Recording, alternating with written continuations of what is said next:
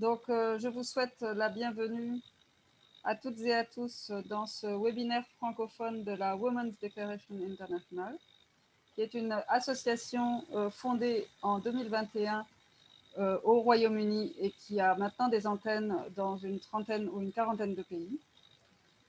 Cette organisation veut appuyer et défendre les droits des femmes fondés sur le sexe, qui sont constamment attaqués, en particulier par les militants du transgenrisme, qui sont extrêmement actifs dans tous les pays, et dont la propagande vise à effacer les femmes, non seulement dans le langage, mais aussi physiquement, puisque le transgenrisme concerne actuellement 2,5 fois plus de filles que de garçons. Nous sommes donc dans une situation tout à fait dont il est absolument indispensable que le féminisme s'occupe, et c'est ce que nous faisons donc à Women's Declaration International.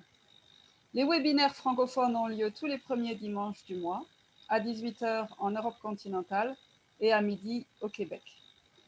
Aujourd'hui, nous accueillons Nicole Attea, qui est endocrinologue, gynécologue et pédopsychiatre, qui s'est occupée d'un service, non pas pédopsychiatre, pardon, qui s'est occupée d'un service d'adolescents, hospitalier d'adolescentes et d'adolescents depuis 1975 et qui va nous expliquer comment le public a évolué, comment les pathologies ont évolué et les problèmes, les nouveaux problèmes qu'elle a vu apparaître depuis 2006 à peu près. Nicole Attea, je vous donne la parole. Bonjour, je vous remercie de votre invitation et je vais vous parler effectivement du nouveau visage de la transidentité.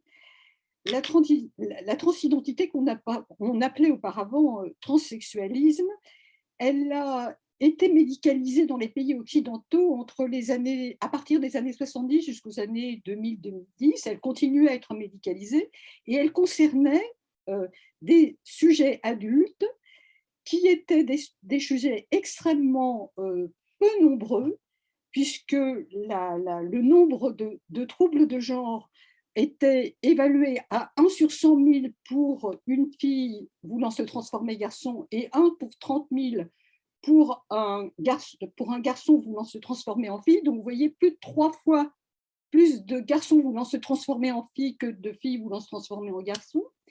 C'était des situations extrêmement rares à tel point que Stoller, qui était un spécialiste de la problématique, disait que le transsexualisme qu'il connaissait bien, eh bien c'était un état que la plupart des médecins ne rencontreraient pas dans leur vie, ce qui a bien changé aujourd'hui. Et en fait, l'identité sexuée, c'était l'un des facteurs identitaires les plus stables de la personne et qui était très peu remis en cause par l'existence de trans qui étaient peu nombreux. Donc voilà comment se situait la problématique à cette époque, et ces personnes se caractérisaient par une identité inversée qui avait commencé dès la petite enfance, souvent dans des conditions très particulières d'interaction avec les parents, dont un exemple assez simple peut être donné par exemple le remplacement d'un enfant mort. Et quand on était un garçon remplaçant une fille morte, même sans avoir de volonté consciente des parents de faire de ce garçon une fille, un certain nombre de choses familiales s'organisaient autour de ce garçon pour faire qu'il avait tout pour se sentir une fille. Alors aujourd'hui, la problématique est totalement différente. Elle a connu des changements majeurs depuis les années, je dirais, 2006. Les demandes se sont multipliées et ces demandes, ce sont essentiellement des demandes de jeunes. On estime la demande de transition maintenant à quelque chose comme 1 sur 500. Vous voyez que par rapport au taux précédent, ça a complètement changé. Et c'est essentiellement les adolescents et les jeunes adultes qui sont maintenant demandeurs de ce changement de genre.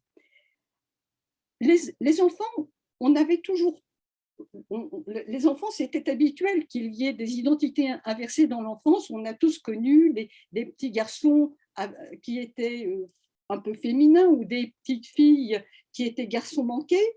avec une fréquence qui est d'ailleurs qui était importante, hein, et cela étant, c'était tout à fait particulier, ces situations qui se continuent maintenant, parce qu'en général, quand ces enfants arrivaient à l'adolescence, eh bien, ils se retrouvaient en harmonie avec leur identité de sexe, et la seule chose qui était particulière à leur développement, c'est qu'ils s'orientaient plus souvent vers une homosexualité.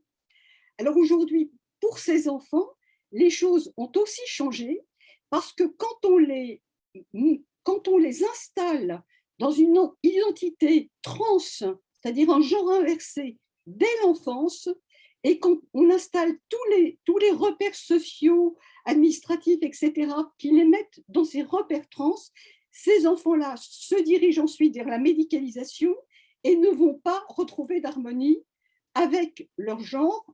Et cela montre bien que ce que l'on fait comme type de prise en charge va avoir un effet direct sur la façon dont des jeunes vont pouvoir s'identifier.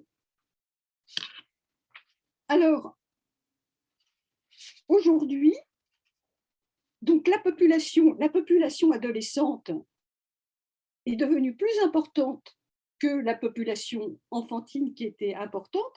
On considère qu'il y a entre 2 à 9% de jeunes qui s'identifient trans, donc vous voyez que c'est assez important. 9%, c'est dans certains États des États-Unis.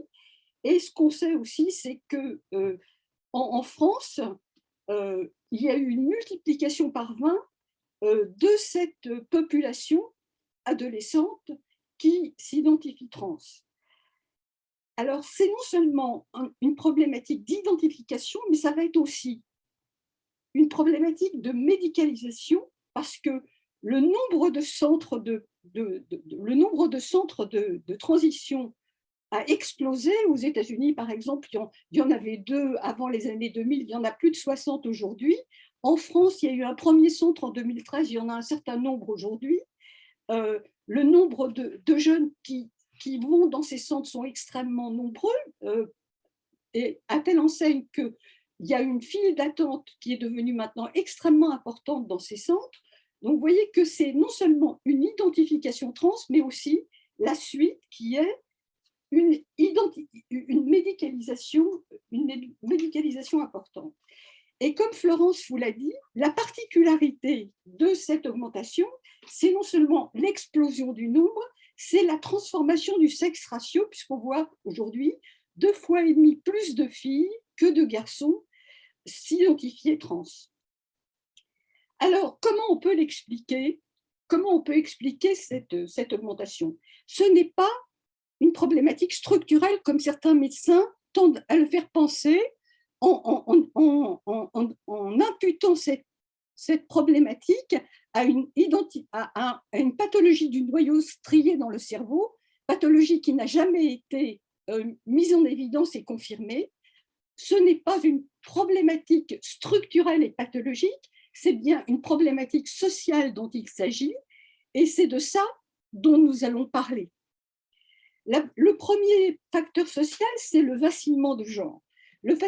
Qu'est-ce que j'appelle vacillement de genre? C'est que depuis les années 70, il y a eu une modification des statuts féminins et masculins qui se sont beaucoup rapprochés, avec, au niveau de l'apparence, y compris une androgynie qui concerne aussi bien les filles que les garçons, avec certaines filles qui peuvent avoir une androgynie très masculine et certains garçons qui peuvent avoir une androgynie très féminine.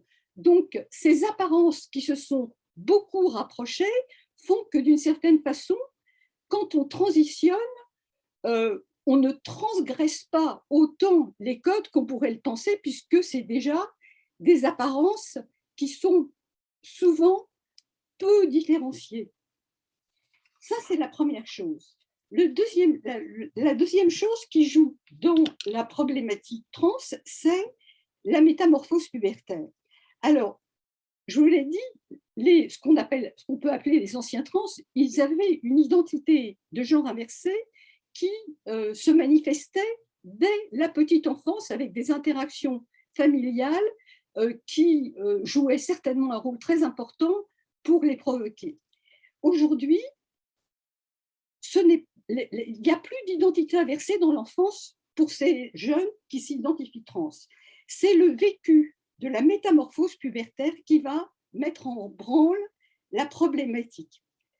Alors, je vais parler des filles essentiellement, hein, je vous l'ai dit, et parce que elles sont beaucoup plus nombreuses et parce que les problématiques de cette métamorphose pubertaire est particulièrement difficile pour elles. Aujourd'hui, le début de la puberté chez les filles, c'est précoce, c'est 10 ans en moyenne, avec des premières règles vers 12 ans et demi. Le premier signe, c'est le bourgeon mammaire qui apparaît. Alors, 10 ans pour des signes de sexualisation qui arrivent, c'est extrêmement traumatique parce que ces jeunes sont encore dans un statut de l'enfance. Et cette sexualisation, elle fait intrusion dans le corps de l'enfant et intrusion dans le monde de l'enfance. Donc, c'est quelque chose d'extraordinairement mal supporté et mal vécu. Alors, il faut rappeler que ce facteur de précocité de la puberté, il est lié à une action de ce qu'on appelle les perturbateurs endocriniens.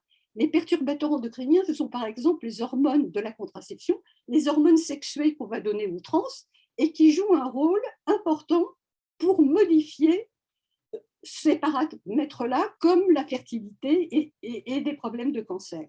Donc, vous voyez que d'une certaine façon, ces perturbateurs endocriniens vont produire des facteurs sociaux qui vont jouer un rôle dans la multiplication de la transidentité.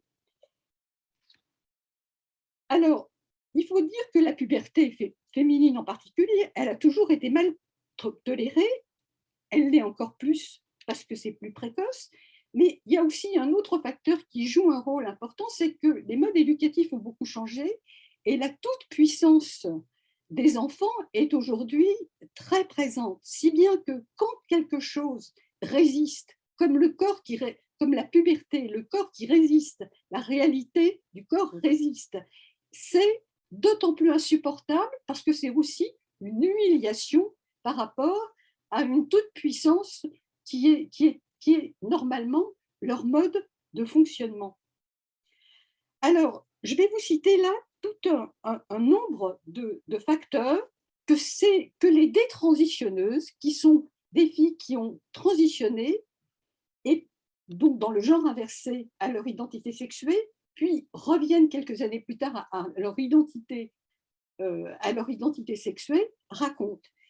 Elles racontent un certain nombre d'éléments qui ont joué un rôle dans le fait qu'elles aient voulu changer de genre. Et d'une part, alors ce n'est pas seulement les attributs sexuels mal tolérés, c'est aussi le regard des garçons, ça l'a toujours été, le regard des pères, mais c'est aussi trouver une image de jeune fille, puisque quand ces filles arrivent à l'adolescence, elles ont une nouvelle image à investir. Et sur les réseaux sociaux, qui vont être le lieu dans lequel on trouve des images, eh bien, elles vont trouver des images de filles qui sont hypersexualisées, maquillées, etc., qui sont des images dans lesquelles elles ne se reconnaissent pas et dans lesquelles elles ne peuvent pas se projeter en termes d'identité. Donc ça, c'est un premier facteur très déstabilisant pour elles. Le deuxième, c'est la métamorphose pubertaire. La puberté, ça engage aussi des pulsions sexuelles et ça engage aussi des désirs sexuels qui, à l'adolescence, sont très souvent, beaucoup plus souvent qu'à n'importe quelle période de la vie, de type homosexuel. Et ces filles ne supportent absolument pas d'être confrontées à une homosexualité possible et vont intérioriser une homophobie. Alors ça peut vous paraître très étrange parce qu'aujourd'hui, l'homosexualité est extrêmement banalisée dans la société, mais il n'empêche que la rencontre d'une jeune fille avec une problématique homosexuelle qu'elle ressent, c'est quelque chose de très insupportable pour elle. Un autre facteur qui est très, très important, c'est la pornographie. La pornographie qui les met en face d'images de la sexualité et de la femme dans la sexualité qu'elles trouvent absolument répugnantes et dans lesquelles elles ne peuvent pas se projeter, là non plus.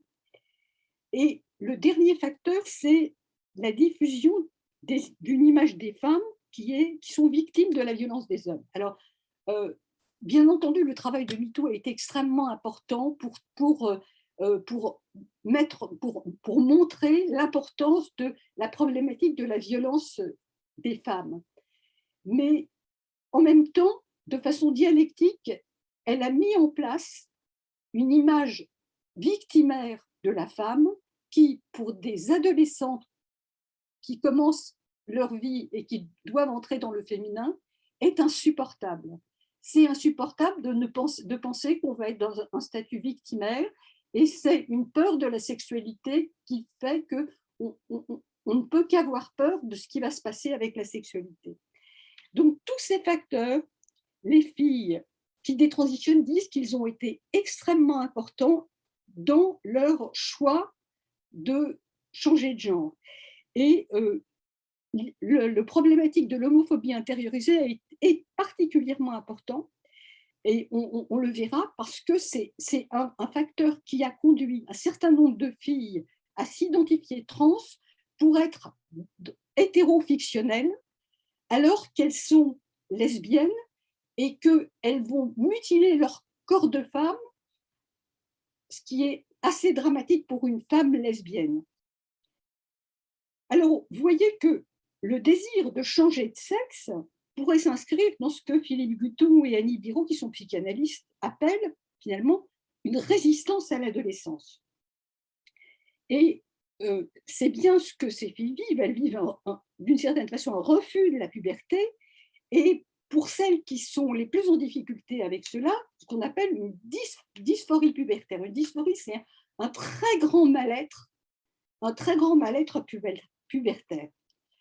Alors, ce qui est important que vous preniez en compte, c'est que vous voyez que ces filles, elles sont très en difficulté avec le féminin, mais elles ne souhaitent pas devenir des hommes. Elles ne disent pas qu'elles veulent devenir des hommes. C'est ailleurs que ça va se construire, et nous allons le voir. Mais en même temps, donc, elles disent bien qu'elles sont très en difficulté et que qu'est-ce qu'on va leur proposer? Eh bien, on va leur proposer la transidentité, ce qui est quand même assez extraordinaire parce que entre ce qu'on désire et ce qu'on demande, autrement dit, le problème qui anime ou ravage quelqu'un, il va être contraint de façonner ses souhaits à la lumière des scénarios que lui offre la médecine et la société, dit Pierre-Henri Castel, c'est-à-dire qu'on ne leur offre pas d'autres alternatives, et beaucoup de filles qui détransitionnent le disent, on ne leur a rien proposé.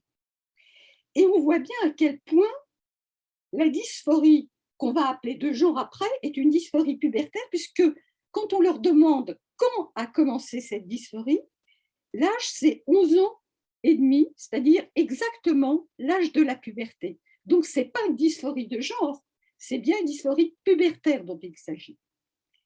Le deuxième facteur extrêmement important, c'est la vulnérabilité psychique des jeunes adolescents liées aux psychopathologies. Alors, ces psychopathologies, elles se sont accrues ces dernières années avec une détérioration de la santé mentale des adolescents qui est extrêmement préoccupante. Et cette psychopathologie est 2 fois et plus élevée chez les filles que chez les garçons. Par exemple, une insatisfaction de leur image est 2 fois plus fréquente que celle des garçons, 40% des filles. Les taux d'humeur dépressive, alors 25 à 40% des filles, contre 13% chez les garçons. Ça a augmenté entre 2014 et 2019, ça a plus que doublé. Et à nouveau, entre 2019 et 2020, les taux des tentatives de suicide des filles sont extrêmement élevés. Ils atteignaient 30% à l'âge de 15 ans en 2017, et ils ont encore augmenté de 22% en 2021, alors qu'ils restent stables chez les garçons. Et selon le pédopsychiatre Xavier Pomeroy, ces tentatives de suicide viennent exprimer des difficultés identitaires, et il rapporte cela au fait que les sociétés modernes sapent l'identité et le sentiment d'appartenance des jeunes. Et je vous demande de bien retenir appartenance des jeunes. Le sentiment d'identité, vous le voyez bien, la problématique transidentitaire, elle n'est pas transidentitaire pour rien, c'est vraiment un problème d'identité qui est là. Et comme pour les tentatives de suicide. Alors, vous avez aussi les troubles du comportement alimentaire qui sont très fréquents à l'adolescence et qui concernent plus de 90% des filles. Et aujourd'hui, j'allais dire, ce phénomène nouveau qui est cette demande de changement de genre que je mettrais comme symptôme de psychopathologie des filles adolescentes aujourd'hui. Alors, si la psychopathologie concerne de façon écrasante les adolescents, notamment les filles, qu'en est-il des trans? Alors, chez les trans, là, on est au-delà de l'eau, parce que dans toutes les études, c'est plus de 70% de psychopathologie chez les adolescents, avec des troubles anxio-dépressifs qui concernent au moins 70% des adolescents, des troubles autistiques entre 13 et 25%, des troubles obsessionnels compulsifs assez fréquents, des troubles du comportement alimentaire 20 à 25%, des addictions. Donc, vous voyez que la psychopathologie chez les adolescents qui s'identifient trans est majeure. Et c'est un facteur, à mon avis, causal majeur de leur identification trans, parce que entre la métamorphose pubertaire qu'ils supportent mal et la psychopathologie qui les fait souffrir, ils sont dans une vulnérabilité psychique terrible. Et donc, je vous ferai remarquer que justement, l'augmentation de la psychopathologie de l'ensemble des adolescents est tout à fait corrélée à l'augmentation du nombre des trans, à l'augmentation de la transidentité chez les jeunes, et le sexe ratio de la psychopathologie dans l'ensemble de la population adolescente est exactement le même que celui de la population trans. Donc, vous voyez qu'il y a une corrélation étroite entre psychopathologie et transidentité. Alors maintenant, comment on passe, on a donc cette vulnérabilité psychique dramatique, comment on va passer de cette dysphorie pubertaire à l'identification trans? Eh bien ça, c'est le rôle nouveau des réseaux sociaux chez les jeunes qui en est responsable. Ces réseaux sociaux, leur utilisation a explosé en 2006. Ce n'est pas par hasard que c'est à partir de 2006 qu'on a vu exploser les demandes de trans des jeunes. Et les années récentes de confinement ont vu en plus s'aggraver le phénomène de surutilisation des réseaux sociaux. Alors, qu'est-ce qui se passe sur les réseaux sociaux? Eh bien, il va y avoir des témoignages de jeunes séduisants, trans, très prosélytes, qui vont dire « ben voilà, j'étais très mal dans ma peau, j'avais l'impression de devenir fou, mon corps, je ne le supportais plus, c'était épouvantable, et puis j'ai réalisé que mon problème, c'était un problème de genre, et que maintenant que j'ai changé de genre, je vais très bien, je suis médicalisée, il n'y a aucun problème et je suis heureux. » Voilà. Et donc, ces images d'identification, c'est des images qui sont terriblement très séduisantes pour des jeunes adolescents, bien entendu. Et vous allez voir qu'il y a plein de facteurs qui vont faire que c'est extrêmement séduisant. Alors, les médecins de trans, ils disent que ce facteur n'existe pas. Il n'y a pas de contagion épidémique. Mais en fait, tous les pédopsychiatres travaillent actuellement sur les effets pervers des réseaux sociaux et ils montrent que des situations épidémiques de psychopathologie, ça a été observé pour d'autres choses, ça a été observé pour des tentatives de suicide, par exemple, dans les mêmes conditions de surutilisation des réseaux sociaux. Ça a été notamment en période de Covid, de même que dans des lieux particuliers où il y a eu des filles anorexiques qui se sont montrées de façon très engageante dans les réseaux sociaux, il y a eu 35% de plus de troubles du comportement alimentaire, ou dans des lieux où il y a eu des adolescents qui qui se sont montrés avec une maladie qu'on appelle Gilles de la Tourette, qui est une maladie très rare de TOC. Eh bien, c'est une maladie qui a été aussi très investie par les jeunes parce que ça permet d'avoir une allure très singulière et de dire des insanités sans pouvoir être embêtée par les parents. Eh bien, cette maladie qui était de 1 à 2%, dans certains lieux où il y a eu des modèles comme ça incitatifs, elle s'est retrouvée à 10 à 20%. Donc, vous voyez que il y a effectivement une très grande importance des témoignages dans les réseaux sociaux pour les adolescents. Et de toute façon, on sait bien que l'adolescence, c'est un moment où il y a des problèmes, des difficultés d'identité. Et Bernard Gols, qui est un pédopsychiatre, dit que les difficultés identitaires de l'adolescence vont être prises pour des troubles de genre. Alors que les difficultés identitaires autrefois, il y avait des identités, par exemple, qui allaient servir de béquille transitoire à un adolescent, par exemple en devenant hippie ou en devenant punk. Il y a eu tout le temps des identifications transitoires d'adolescents. Et aujourd'hui, maintenant, la nouvelle identité, c'est la transidentité. Alors, le problème de la transidentité, c'est que c'est sa médicalisation qui va engendrer des risques très importants. Alors, voilà le témoignage, un témoignage canadien pour Ghislaine, qui démontre l'influence des réseaux sociaux et des pairs. J'avais 15 ans quand j'ai découvert qu'une fille pouvait devenir un gars sur les réseaux sociaux. Je savais qu'à l'époque, j'étais bisexuelle et je me suis fait un compte Tumblr. J'ai commencé à m'identifier moi-même comme un homme trans, je l'ai dit à mes parents. Pendant 2 ans, je les ai harcelés pour avoir des hormones. Quand j'y repense, ça me donnait un sentiment d'appartenance, l'appartenance de Pomero. C'est très fun. C'est canadien. Hein. Quand tu fais ton coming out, tu as full of support. Les autres sur Internet te disent « Bravo, on est avec toi ». J'aimais ça, ce côté-là, appartenir à un mouvement, parce qu'à l'école, ce n'est pas si facile d'avoir un sentiment d'appartenance. Et le modèle trans si valorisé constitue un nouveau désir, comme Dan le dit. Il y a cette mode des super-hommes trans, des youtubeurs populaires qui deviennent super attirants. Je savais que je ne deviendrais pas un super modèle, mais je voulais me sentir super cool. Et puis ça m'a frappée. J'ai réalisé que c'était une sorte de fantasme ou de mirage.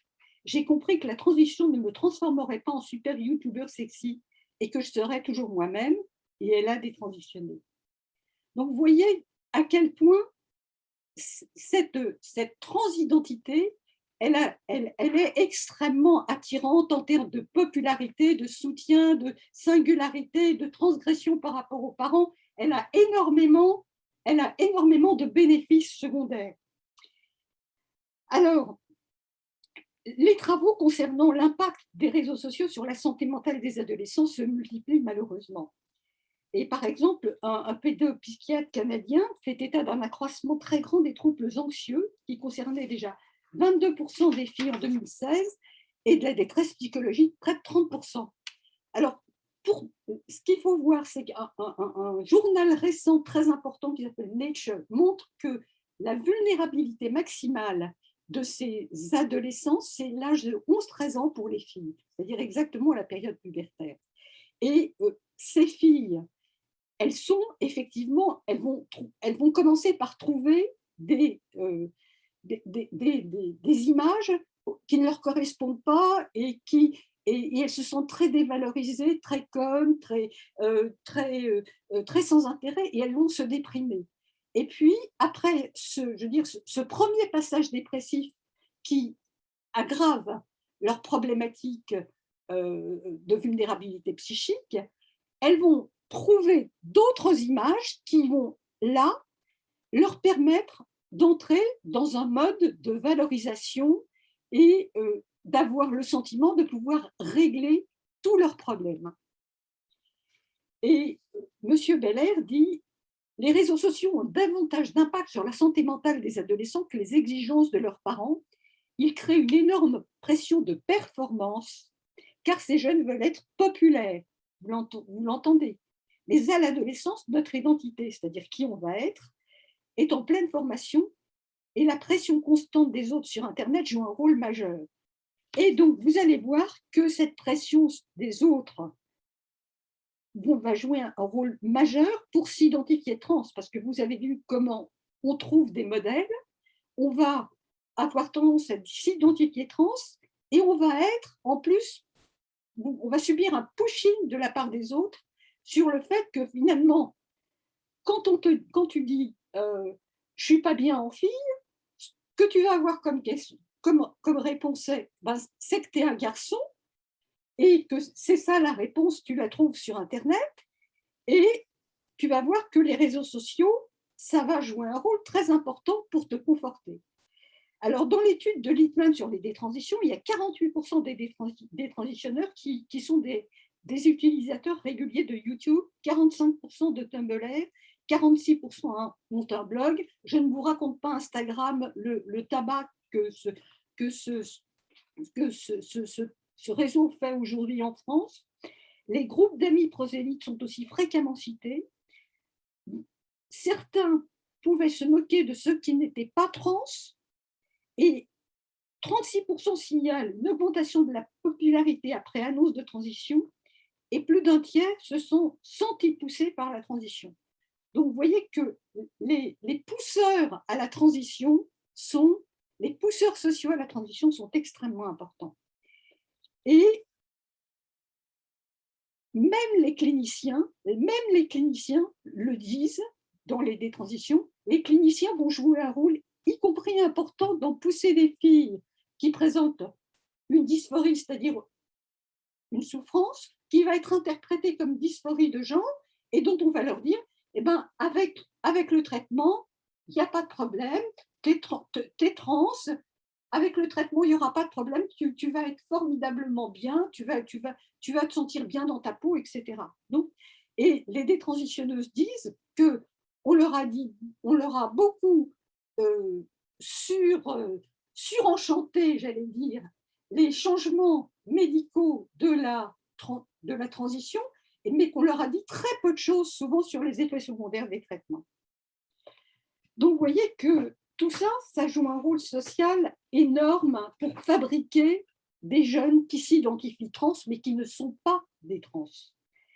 Un pédopsychiatre canadien explique que 20 à 30% des ados hospitalisés pour syndrome anxieux-dépressif à l'hôpital de Montréal avaient auparavant très peu de questions sur le genre. Aujourd'hui, c'est 1 sur 2 qui en a.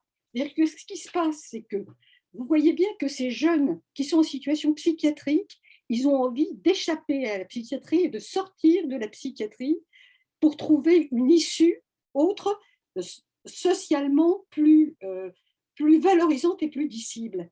Et que la transidentité représente ça pour eux. Voilà.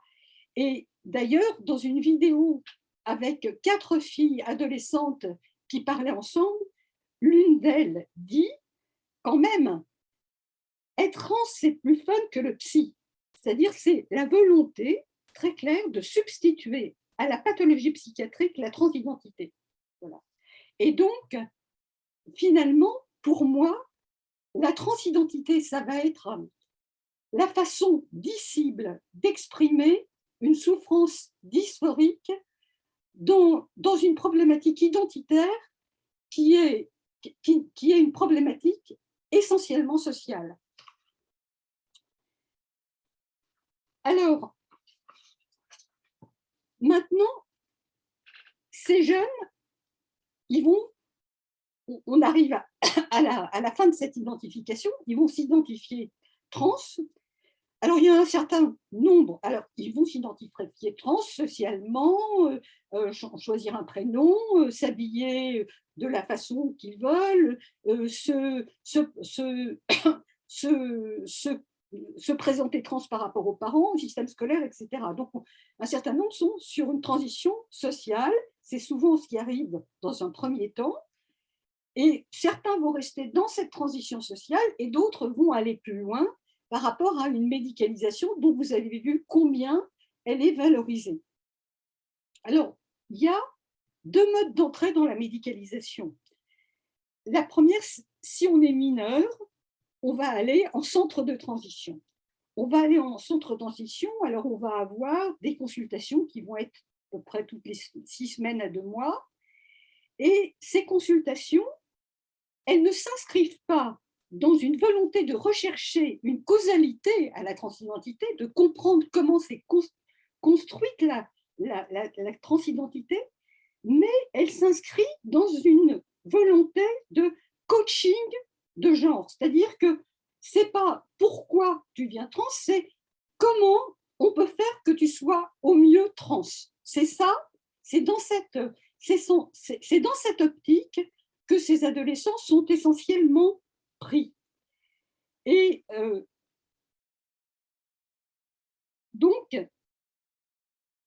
cette prise en charge, elle s'inscrit aussi dans quelque chose qui est une assignation à l'origine. C'est-à-dire que les médecins n'ont plus aujourd'hui d'idées, beaucoup n'ont pas en tout cas, d'une anomalie du noyau strié, mais ils sont tous sur l'idée que nous sommes assignés à un sexe biologique à notre naissance.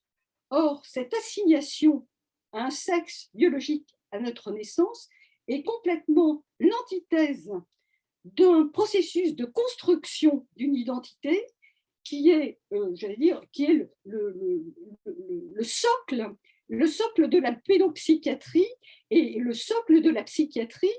Et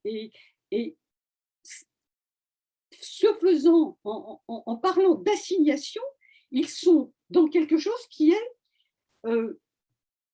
un destin qui est figé et qui ne peut pas bouger. Donc, c'est ça qui permettrait la médicalisation de la transidentité. C'est que la souffrance liée à une assignation figée et que c'est ça qui justifie une médicalisation. Alors, moi, je me porte complètement à faux de cette idée d'assignation et beaucoup de psychiatres et de pédopsychiatres également. Et je peux vous lire une façon dont Lacan l'a exprimé qui me semble absolument juste. La formation de l'identité sexuée pour un individu est l'aboutissement de processus complexes, construction psychique de l'enfant, dans l'intime partagé avec ses parents. Dans la perspective de Lacan, l'enjeu est la possibilité de l'émergence du sujet, du nouage entre le réel de son corps, son image, forme dans laquelle il se reconnaît, et la prise dans le symbolique de cette reconnaissance. Pour que ceci advienne, l'enfant aura été anticipé dans le discours de ses parents, puis ceux-ci, et là c'est ça qui est important, auront pu se laisser déborder, laisser leur enfant entamer ce discours et s'y creuser sa propre place, une place de sujet qui lui aura permis de prendre la parole en son nom. Ce qui veut dire qu'il n'y a pas d'assignation de genre. Le genre, c'est une construction qui se continue et qui va se continuer pendant toute la vie. Et par ailleurs, attribuer au genre, donc l'identité de sexe, pardonnez-moi, attribuer au genre le fait qu'on puisse le choisir et que ce soit sa subjectivité singulière, propre, qui soit son choix absolument non aliéné, là aussi, je m'inscris en faux contre ça. Vous avez vu quels sont les éléments sociaux comme la psychopathologie, la métamorphose pubertaire qui vont jouer un rôle majeur dans l'identification de genre. Bien sûr que le genre, il se construit et il a des facteurs de construction comme l'identité de sexe et il assigne bien plus par toutes les contraintes psychiques, voire psychologiques et sociales qui pèsent sur les trans. Donc, il est faux de dire que cette identité de genre est une identité subjective, singulière, authentique. Elle est aussi peu authentique que les autres et elle est beaucoup plus contrainte que les autres. Et ce qui est surtout dramatique, c'est que si tant est qu'on était assigné à une identité de sexe, on va devenir beaucoup plus assigné à une identité de genre dans la mesure où la médicalisation va la rendre irréversible. Donc, vous voyez que là, dans ce qui est dit aux adolescents, dans ces lieux, dans ces centres médicaux, je trouve que là, il y a une problématique majeure, c'est de penser, de laisser à penser que l'assignation est structurelle et que l'identité de genre est authentique et que c'est elle qu'on doit suivre. Voilà, ça, c'est absolument, absolument dramatique, à mon avis, pour les jeunes. Alors maintenant, pour les jeunes majeurs, il y a aussi quelque chose qui est encore plus dramatique, presque plus dramatique, c'est que aujourd'hui, quand on est jeune majeur, étant entendu que la transidentité n'est plus une pathologie, a été sortie totalement du domaine psychiatrique. Aujourd'hui, quand on a 18 ans, c'est-à-dire quand on est encore un adolescent, quand on est sous la contrainte de tous les éléments dont je vous ai parlé, on va voir un généraliste, on va en centre de planification, on peut avoir des hormones sexuées. Voilà. Donc, effectivement, pour ces jeunes, c'est absolument dramatique et ça explique qu'on ait de plus en plus de détransitions. On en a entre 10 et 20% maintenant, on va en avoir de plus en plus, avec des jeunes qui dénoncent le fait de n'avoir pas été pris en charge pour leur psychopathologie, pour leur traumatisme, dont ils se rendent compte maintenant que c'était ça qui a été la cause de leur choix d'identité de genre et que ce n'était pas le genre le problème. Et ces gamins-là qui ont subi une médicalisation irréversible avec des traitements violents vont se retrouver avec des problèmes médicaux majeurs, outre des problèmes psychiques, parce qu'on ne sort pas sans dégâts non plus d'une transition, qui vont être dramatiques. Voilà. Et par rapport à tout ça, il y a une nécessité absolue de travailler sur la prévention d'une médicalisation des jeunes dans des identifications trans. Voilà, je vous remercie. Merci Nicole, c'était très intéressant. Donc, il y a une expression qu'on entend souvent au sujet des enfants trans, c'est né dans le mauvais corps. Oui, ils ne sont pas nés dans le mauvais corps. D'ailleurs, les détransitionneuses le disent, on me disait ça, mais mon problème, il est dans la tête, il n'est pas dans le mauvais corps. Ce n'est pas un mauvais corps. Quand ils disent ça, c'est dire il y a quelque chose de structurel qui joue un rôle dans cette problématique.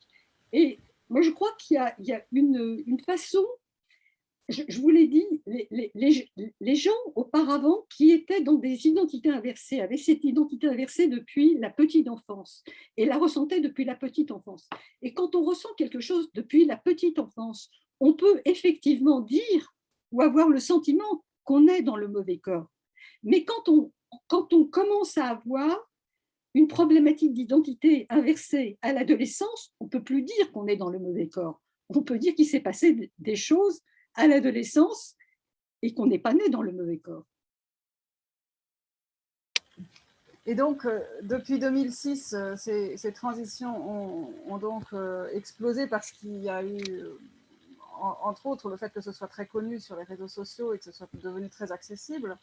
Quelles étaient les réponses de la psychiatrie adolescente aux mêmes problématiques qui se posaient avant 2006?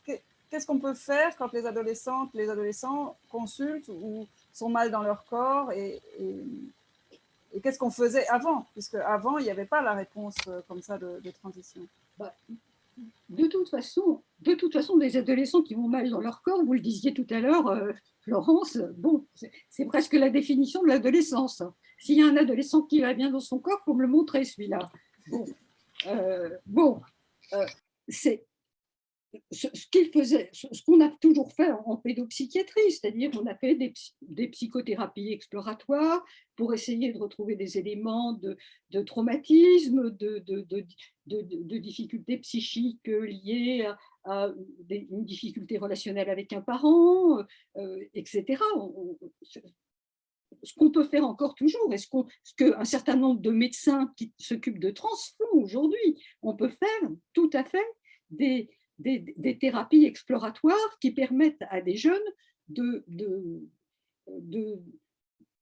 faire des liens entre leur souffrance et un certain nombre d'événements traumatiques qu'ils ont vécus. Voilà. Maintenant, une des difficultés de l'adolescence, ça l'a toujours été, mais ça l'est encore plus, c'est que ces jeunes sont très psychophobes, ils n'ont pas du tout envie d'aller voir d'aller chercher dans leur tête ce qui se passe, bon. Et moi, je pense qu'actuellement, pour ces jeunes, il y a déjà ce que beaucoup de services de pédopsychiatrie adolescents font, c'est-à-dire des choses, des thérapies créatives, avec par exemple des ateliers d'écriture, du théâtre, des jeux de rôle, vous voyez, et c'est à travers ce type de prise en charge qu'ils vont arriver à exprimer des choses qu'ils ne peuvent pas arriver à exprimer directement. Voilà. Et moi, je crois beaucoup en ce type de prise en charge pour les adolescents qui vont de l'art-thérapie, voilà. Et ça marche, hein, et ça marche. L'adolescence a toujours été une période de prise de risque. Bien sûr, l'adolescence a toujours été... de désir de dépasser certaines limites et d'intrépidité, d'une certaine intrépidité. Est-ce qu'on peut voir dans le désir de transition aussi une espèce de volonté de se jeter dans le vide, enfin de se jeter dans quelque chose qui est potentiellement dangereux, mais qui est tentant justement parce que c'est dangereux? Moi, j'ai le sentiment que ces jeunes-là ne se rendent pas compte du danger qu'ils courent. Alors, ils ne se rendent pas compte du danger qu'ils courent pour deux raisons. C'est qu'ils sont encadrés de médecins et qu'ils ne se rendent pas compte que finalement, le plus grand risque de la transidentité, c'est le traitement médical de la transidentité. C'est celui-là qui risque de laisser des dégâts irréversibles, etc. De façon paradoxale, c'est le traitement qui est le plus dangereux pour les adolescents. Alors, on me dirait tout de suite, oui, mais ces adolescents, ils se suicident beaucoup plus que les autres. Alors, ils ne se suicident pas plus que les autres. Quand je vous donne les taux de suicidalité des jeunes adolescents actuellement aujourd'hui et qu'on regarde ceux des adolescents trans, il n'y a pas de différence. Et de plus, la suicidalité des adolescents trans, on la retrouve avant, pendant et après les traitements. Et après les traitements, je trouve ça triste et intéressant, mais il y a des adolescents qui ont été pris en charge parfaitement comme ils le souhaitaient, avec des et comme les familles le souhaitaient, avec des bloqueurs de puberté tôt, des hormones sexuées, des médecins et parfois des psychothérapeutes, des chirurgies qu'ils ont souhaitées, et ils arrivent à un âge où on va les comparer avec ceux qui n'ont pas eu de traitement tôt et qui ont eu des traitements tardifs vers 20 ans. Et ben, on voit que ces jeunes, si dans l'année qui précède l'étude, c'est-à-dire alors qu'ils sont à distance de tout le parcours de transition, hein, qui sont jeunes adultes, etc., eh bien, dans l'année qui précède la transition, il y en a 50% qui présentent des idéations suicidaires, 30% qui semblent en détresse l'année qui précède l'étude, 16% de tentatives de suicide dans l'année, 25% de consommation de drogue. Donc, ces jeunes qui sont traités, ils ne vont pas si bien que ça. Et à mon sens, s'ils ne font pas si bien que ça, c'est que ces jeunes n'ont pas été pris en charge pour leur psychopathologie. Et continuent à en souffrir. Et donc, quelles sont les conséquences de la prise d'hormones, donc à la fois sur le psychisme et sur la santé des jeunes adultes, des adolescents en général? Alors, déjà, j'allais dire, prescrire, par exemple, prescrire de la testostérone à une fille, d'une certaine façon, ça a un impact sur, on veut dire, si je te prescris ça, c'est que tu es transgenre. Ça veut dire que ça la conforte dans son identité de transgenre. Voilà, si le médecin donne ça, c'est que c'est vrai qu'on est transgenre. Donc ça, c'est un effet psychique qui me semble extrêmement important. Ensuite, comme effet psychique, alors la testostérone, ça booste un peu, mais ça peut déprimer aussi. Et ça donne un certain nombre, alors ça donne un certain nombre d'effets secondaires qui sont des, qui sont une chute des cheveux, un acné, une vulve sèche. Il y a beaucoup d'effets secondaires de ces produits. Il y a pas une si bonne tolérance que ça de ces hormones pour les jeunes.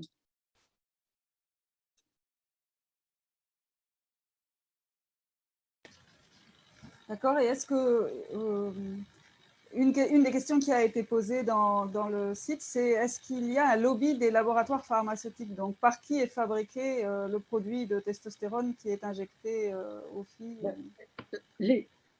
Je ne sais pas s'il y a des lobbies pharmaceutiques. Ce que je sais, c'est qu'il y a des laboratoires pharmaceutiques qui profitent d'une prescription très large et dont je ne pourrais absolument pas le dire, qui peut-être finance, cofinance les militants LGBT, j'en sais rien. Hein. Je ne veux pas affirmer ça, mais je ne le sais pas. Ce serait pas impossible. Mais les laboratoires pharmaceutiques, je ne sais pas comment ils fonctionnent par rapport à ça, mais c'est évident que c'est en tout cas une manne et une masse de jeunes qui, en plus, vont être contraints, s'ils continuent à être trans et s'ils vont des chirurgies, vont être contraints à prendre à vie un traitement. Donc, c'est une manne pour des laboratoires. Et quel est le rapport donc, entre le fait de subir une mastectomie et la prise d'hormones de testostérone? Est-ce que là, ou l'ablation de l'utérus, enfin, qu'est-ce qui conduit de l'un à l'autre? Alors, ça ne conduit pas de l'un à l'autre. La mastectomie, bon, c'est dans un parcours de transition, il y a un certain nombre d'actes qui ne sont pas nécessairement tous. Je vous l'ai dit, on peut faire une transition sociale et s'arrêter à une transition sociale. On peut prendre un peu de testostérone et s'arrêter à prendre un peu de testostérone qu'on prend comme une drogue d'ailleurs à ce moment-là. On peut faire une mastectomie et puis s'arrêter à la mastectomie sans faire de chirurgie de type utérine ou ovarienne. Donc, on n'est pas, je veux dire, c'est pas des parcours linéaires, ce sont des parcours tout à fait singuliers que chaque personne va, je ne dirais pas choisir, parce que je ne considère pas tellement que je considère qu'il y a une telle aliénation dans ces choix que c'est difficile pour moi de parler de choisir. Voilà. Mais ce qui est terrible pour moi, c'est que, par exemple, je viens de faire un gros travail sur les détransitions, hein, et quand on voit que des filles qui ont 20 ans, hein, vous m'entendez, se retrouvent mastectomisées, hystérectomisées, ovariectomisées, euh, c'est-à-dire un corps complètement mutilé, stérile. Euh, Là, je dois dire que qu'une médicalisation, qu'une médicalisation fasse ça pour des gens tellement jeunes qui sont dans une telle immaturité et dans une telle incapacité de se projeter dans l'avenir. Je trouve que là, on est véritablement dans quelque chose qui pour moi, est le contraire de ce que devrait être une position médicale. Voilà. Une position médicale, c'est une position de prévention, de soutien, d'accompagnement, d'aide, et pas de n'importe quelle aide, et pas d'un chemin tout tracé ou d'un itinéraire tout tracé de médicalisation invasive. C'est, et cette fille qui racontait ça disait qu'elle était elle-même, elle était d'une certaine façon, elle était sidérée de ce qui lui était arrivé. Elle n'arrivait pas à réaliser ce qui lui était arrivé. Elle était dans un état de sidération complet, ce que je peux tout à fait comprendre, parce que moi, quand j'entends son histoire, je suis en état de sidération.